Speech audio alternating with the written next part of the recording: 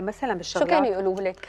خبريني، بعرف شو كانوا يقولوا لك، بس ضروري البهدله. هلا هلا ليكي انا عن جد دائما كنت اتبهدل من الانسات، انه يعني انه ليكن اهلك، امك مثلا حدا كثير مهندسه كثير معروفه، إمم. وابوكي دكتور بالطاقه، وكلهم وأنتِ ودارسين شو؟ وكذا، وانت ما انك شاطره مثلا. انا بالفعل انا ما كانوا كنت. يقولوا لك منِّك شاطرة ايه أو شي طبعا، كلمة تانية؟ يعني انه بهالمعنى، يعني انه يعني دائما يقارنوني إمم. مثلا برفقاتك، وخاصه كان في وحده أوف!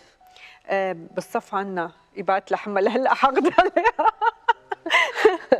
اسمها كان على اسمي، اسمها كمان جاني؟ اسمها جينا. انا اسمي أوكي. بالروسي جينا، إمم. فاسمها جينا. فكان يقولوا لي انت مثلا، يقولوا لها انه عيطوا لها لجيني، يقولوا لها الكسلانه ولا الشاطره. أنتِ جاني الكسلانة انا طبعا وهي كنت جاني جيني الشاطرة. الكسلانه. طب ليكي جاني هلأ عم نضحك.